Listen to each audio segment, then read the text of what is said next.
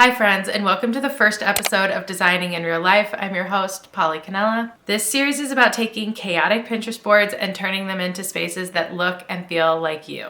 Today I'm taking you through my bedroom and 5 easy steps that I take when designing any room in my home. So let's just dive right in. We're gonna start with step 1, which is pin, baby, pin. I will note this is a step that people often get stuck at. They get stuck at the Pinterest phase and they don't move on. So we're gonna spend just a little bit of time here, but we're gonna focus on the rest of it to make sure you keep moving and you don't get stuck in this phase. Don't get stuck in this phase. Let's jump into my home screen. Y'all can really see what my vibe is right now. So in your home screen, when I say pin, baby, pin, I mean using your intuition to guide you. At this point, you're really not thinking too much about the small details of what you like in a photo or anything like that. We're gonna break that down later. At this point, you're scrolling and you're pinning. You're scrolling and you're pinning and you're using like your intuition and to guide you. And this is where you can start to pull out your unique design. So let's go ahead and get started. I'm just gonna go through here. Love this. I'm loving like the huge, I'm not loving that photo in particular, but I love that there's like, not art, I like that there's photography on the wall and I think that's kind of fun. I'm loving the color drenching moment here. So let's go ahead and add this. I'm gonna add this to bedroom. Let's go, and then you know what? You can keep scrolling through here. Oof, look at that ceiling. I love it. And again, like a big statement piece of art. Let's save that one. That's really fun through here. So now it's starting to like guide me a little bit, and that's what I love about Pinterest, obviously, is I can go on a journey. So this is, again, not big art here, so maybe like more of like a corner moment that's happening. I'm gonna go ahead and save that. So I'm not gonna go too much into this step, like I said. We're gonna stop here, but oh shoot, I found another one though. Ooh, this is like a zoom out. I love this. I love this so much. I think I'm loving the warm woods. They did a white ceiling. I'm not sure if we're gonna do that. We have monotone colors happening. So monotone colors means we're picking from the same side of the color wheel versus doing like complementary, more contrasty colors. So we have a pink wall and then we have a pink comforter and maybe not as much of a contrasty rug, which I also like a little bit. It's making your eye go directly to the art. So there's a lot of like elements that are going on here that I like. I'm gonna go ahead and save. But I could just sit on here forever, and I do it on my phone all the time. Sometimes it's probably not healthy. This is maybe an art fixture that I lean towards. I love contrasting modern elements of a home with more classic mid-century type furniture. I think that that contrast together just, I don't know, it just gives it like a chef's kiss of a moment rather than like leaning into like cottagecore or leaning into like full mid-century modern. Kind of like layering feels like, it maybe feels like a curated home. It feels like something that you've curated over time. I think that that's the kind of effect that it gives. It pays homage to the time period that you're living in, but then makes it feel like you're pulling in elements from the past. So I think that that's why mixing those two things can be really beautiful. Okay, that's phase 2. Done. Let's go ahead and look at the board that we have. Again, I've been doing this. Phase 1 could last for a while. So you could be in phase 1 for months, sometimes years, you know, like if you're not ready to design a space, you should always be kind of like, you know, not should, but you can always be thinking about it and curating and moving towards like a more focused vision for that space. But the goal is to eventually move out of this phase, which is step 2. And step 2 is moving from a chaotic Pinterest board to a focused mood board. I use Canva. Let's go. So we are gonna open my LA home board. We're gonna go into bedroom. Okay. You can already see a theme. This developed over like a period of time where I really started to love the pink moment that was happening. So this evolved. So if you scroll all the way back here, you can see I started to lean into pink, but initially it was like white walls or maybe a green or blue or something like that. But then it started to show pink, and then I started to get like a little bit more wood in here, and then I started to play with color, more color, and then you can start to see it really move into this pink moment here. So As you can see, that's why it's nice in step 1 to just be curating over time. But now I'm really starting to see a theme emerge here, which is moody pink, as I'm calling it. So let's start curating these images and create like a focused mood board. That is step 2. So I would go ahead and make like a little slide deck for yourself, make it feel a little vibey. We have a focused mood board. We're gonna start going. Let's do this. So all you're really gonna do here is just start copying and pasting. Again, this is like a very intuitive thing that you wanna do. You just wanna start pulling images that speak to you, and we can start to find the commonalities between them a little bit later, but you're just moving from thinking a lot to intuition. So we're just gonna drop it in. That's why I love Canva too. You don't have to save the images. You can just start dropping things in. I'll speed this up here.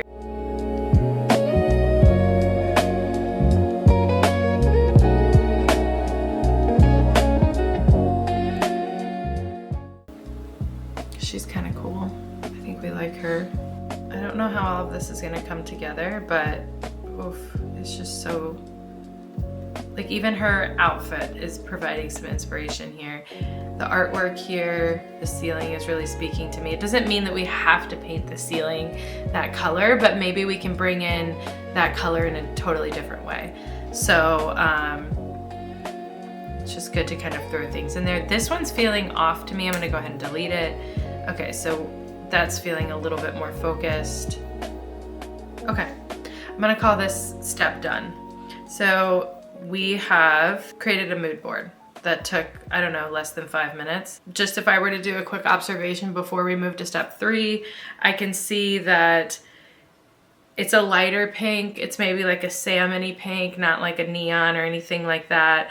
I'm seeing a lot of like color drench elements, even if not all of them are doing the ceiling. They're doing molding and doing cabinets covered in the paint, so like having a color drench kind of feel to it without not always doing the ceiling, and it just feels cozy. It's more moody than a traditional pink room you might imagine. So, and definitely warm woods and things like that. So this is feeling like a really cohesive board. So let's move to step 3. Find an anchor image. So out of these mood boards that you've found, let's find an image that feels like the most aligned with what you're wanting the room to feel like. This is a hard one. Probably this one.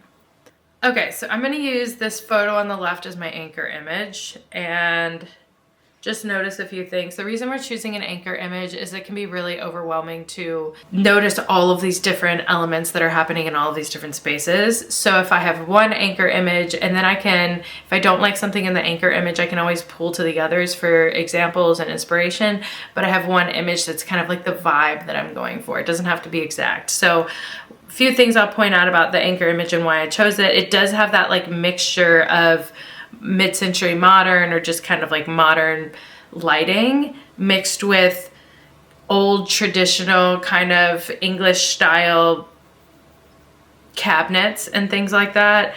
And artwork feels very old. The coffee table feels new, so it has this like mixture, this curated vibe that's going on. It's mostly color drenched. It does have a white ceiling, but like I said, it's color drenching the cabinets, which I think is nice. The lighting feels very similar to our bedroom. I don't like the rug. I think that that's too modern. I don't like the coffee table. It also feels too modern. I don't like the checkered ottoman. I think that's a little overdone at this point. The checkered ottoman, checkered everything. Oh, although there is a checkered moment in this one. I didn't even notice that. And in this one, why is everyone checkering stuff? That's the same room. Is this all the same room? What is happening? I think these are all the same room, and they did a checkered thing. So maybe somebody did an AI moment. Okay, I'm just learning here.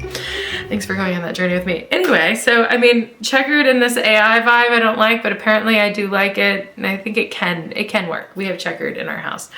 So yeah, you're gonna pick the anchor image And this is just a reference for you to come back to. So before we leave the mood board anchor image phase, we're gonna do one last step that will really help you stay consistent as you start to look for art and rugs and things like that. So let's go ahead and just pull out colors that we like here. I'm just gonna go into shapes and elements and then just make this a little bit smaller. Actually, that color is kind of like on point. I might just go ahead, well, it's a little bit, we'll go a little bit more salmon with it. So I'm gonna pull out colors here, and you just go into the color picker over here and start pulling out colors. Love that, we got like an olive green moment. I'm gonna stay on the other side of the color wheel, go complementary. I like this like light blue, maybe that's a little too light. Go a little bit darker blue here, perfect. We're going like keeping it earthy, but having a lot of fun with color. And then I always have these like textures that I have from other boards, so I'm just gonna add that. Beautiful. This is our color palette that we will use to help anchor us and keep us inspired as we move on to phase 4, which is the flat lay. Let's get into it. Step 4 is probably the hardest part, but it can be fun, so stick with me. This is incredibly important. So we are gonna start kind of doing a flat lay type vision board for this room, but we're gonna use actual products, okay? So this is where Canva's power really comes in, and unfortunately if you don't have the paid version of Canva, some of these features aren't available, like removing the background and things like that. But it's a super important, you can kind of do it without that, and I sometimes use Figma instead so I can cut things out. But let's get into it. Flat laying. All right, so I did already take a nice photo of my bedroom. I'm gonna put that in here, and then I'm gonna remove the background on here. We're just gonna get a blank slate going. Cool, looks weird, but I'm into it. Let's go back to our mood board. Let's bring our anchor image in here and see if we can start pulling from it. So the room is gonna be a little bit more pink. So I'm just gonna add a rectangle and put it in the background here and just give it a background color of, I'm gonna pull from here. I'm gonna go as light as possible. That feels good. Okay, so we have this salmon-y pink. I'm gonna position it in the back. Cool. So now my bedroom is not in a dark space. Let's crop this. You know what? I actually might pull in this one. It's just easier to work around. So we'll remove the background here. Cool. So we still have the blue bed sheets, which I don't know if I'm gonna keep. So we have blue bed sheets, maybe some stripes and things like that that I might want to add. I did find a rug on Facebook Marketplace that I will probably pick up, so stay tuned for the next episode. I haven't gotten it yet, so I'm just gonna go ahead and see what that looks like in the space, how the colors are playing. This is feeling really cool. So I'm actually gonna go ahead and bring in the color palette that we were playing with in the last step. I'll make these like a little bit small, but just so I can start to see, like, as I'm layering things, am I bringing in the right colors? And then let's just start to make a flat lay. And then let's see, I have some artwork that I've been playing with putting in here. I loved that photography moment that we had in one of the inspo photos. So this is feeling really cool. This is a photo I took when I was in Greece recently. I'm really loving this headboard cover a lot, and I want to see kind of how the colors are playing here. This is again a monochromatic color that we're gonna add. Background remover. So as you can see, I'm pulling real elements at this point into the design. If I find something that I like, go ahead and copy that link and you can just drop that into here. So now I have, not only am I doing a flat lay, but I'm also sourcing things in here. So let me do that same thing with the lights.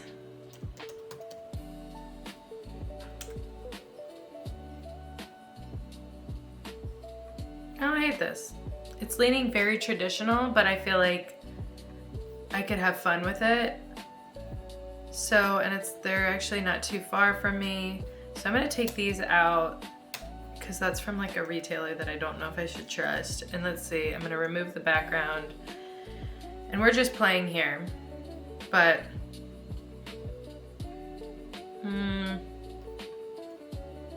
No, I don't think I like that.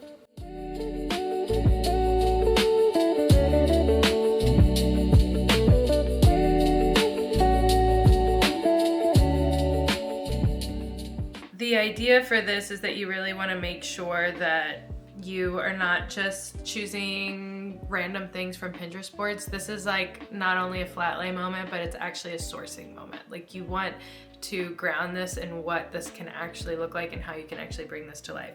So before officially hopping off of here, I really quickly want to show you where I landed with things. This is flat lay that I'm playing with. So I added some dressers in here that match the wood in my room. I changed out the photography because I thought that played a little bit too modern. So this is something I found off Facebook Marketplace. It's probably going to be a little bit smaller than that.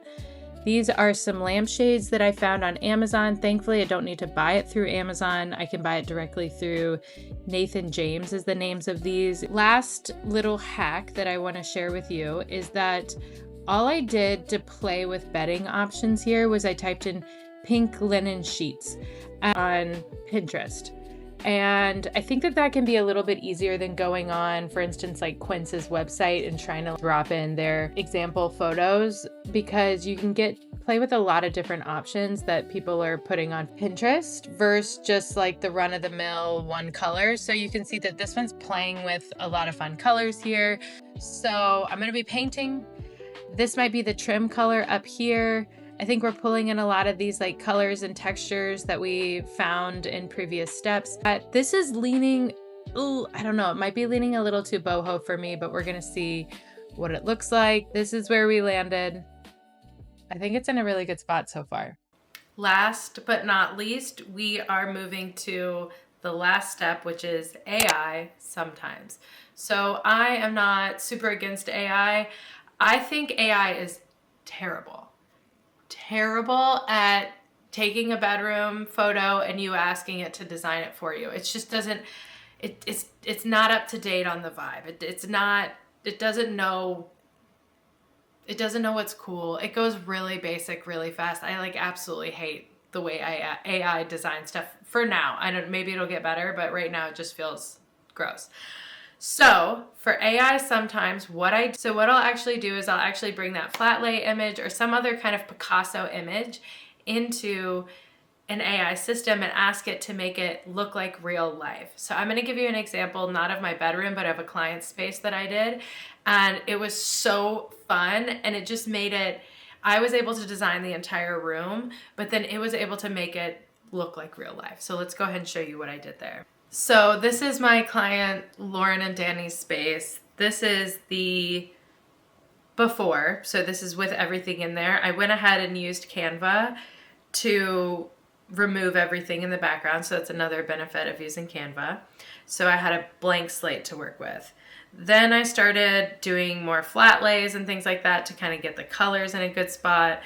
And then let me show you what it did, what AI did when I asked it to bring it to real life. Well, let me show you the flat lay first.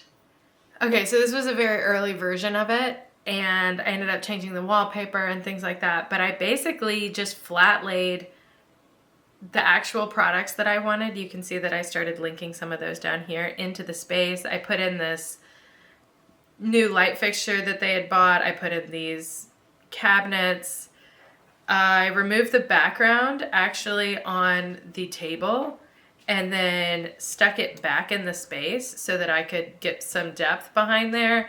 I literally just copy and pasted wallpaper on the wall. So this is what I call like a Picasso moment. So in the bedroom, I was doing a flat lay. This is more of like I'm going into the space and I am adding things in there. And I think AI probably plays a little bit better with this version of it. If you can do this, I would say do this instead of the kind of hodgepodgey flat lay that I did for my bedroom. It just didn't work for the space when I was playing with it. But as you can see, I'm just literally Picassoing all of this stuff together. Now, here's the powerful thing. When I put it into AI and I said, make it look like real life, this is what it did. She came out so pretty.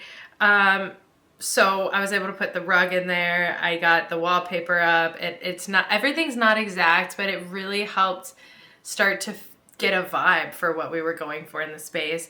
As I worked with this client, we started to get closer and closer to the vision, and this is where we ended up landing. I kept kind of updating the Picasso board and then putting it back into AI, and this is where we landed. I'll probably do this on a different episode to show you the after in real life, but let's see. So here's how she turned out. The AI version of my Picassoing in a different version of this. I didn't update the wallpaper. I just kind of stuck the wallpaper on there so we could see how the colors are playing. But as you can see, it just really brings the space to life. You can keep layering things on. Like I think that this art I'm still playing with. So you can bring the AI image back into Canva and then keep playing. You can say, make this look like real life. I ended up doing this for their bar cart area, and it came up with some really cool options. Again, I was doing some kind of like hodgepodgey flat lay Picasso moment, and then it was able to bring it into real life. I was able to give them options. I always link to the brands. So the last two steps of this are probably where you're going to get the most bang for your buck in terms of like moving from a Pinterest board to moving to actually executing on buying products. So let's go back to the bedroom. It's feeling a little boho to me. I'm going to play with this art, but I think that we are in a really good spot so far. So that's it for today. Coming up in the next episode, we are actually going to start painting the room. I'm going to share a reveal of the space and this pink Moody thing. And as you'll find out, hopefully in the next episode, I'll talk about it. But design for me is not about these moments where everything's perfect. We're layering, we're curating over time. We're hopefully finding things secondhand. And that innately takes time. And I actually think that that adds to the beauty of a space, right? When you're curating over time, you can tell versus going to Home Goods or going on Amazon and buying everything all at once. So I think that while our culture has become obsessed with the click and reveal moment, which I'm a little guilty of, you actually get better design results when you curate over time, which kind of sucks because we want everything to be perfect all at once.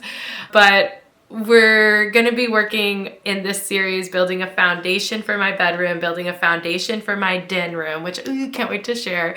We're building a foundation, and then we're going to curate on top of that. We're going to find vintage furniture. We're going to find things off Facebook Marketplace, maybe some original artwork from some artists in the area, different things like that to make it feel unique. And it's designing in real life. It's the name of the series. If this came into your feed and you're watching it, like and subscribe. I'm new to this. I don't know what I'm doing. It's so helpful if you put comments and let me know if you have questions. Happy to try different things in the future. Definitely like and subscribe. A lot more to come from this channel. Thanks for tuning in.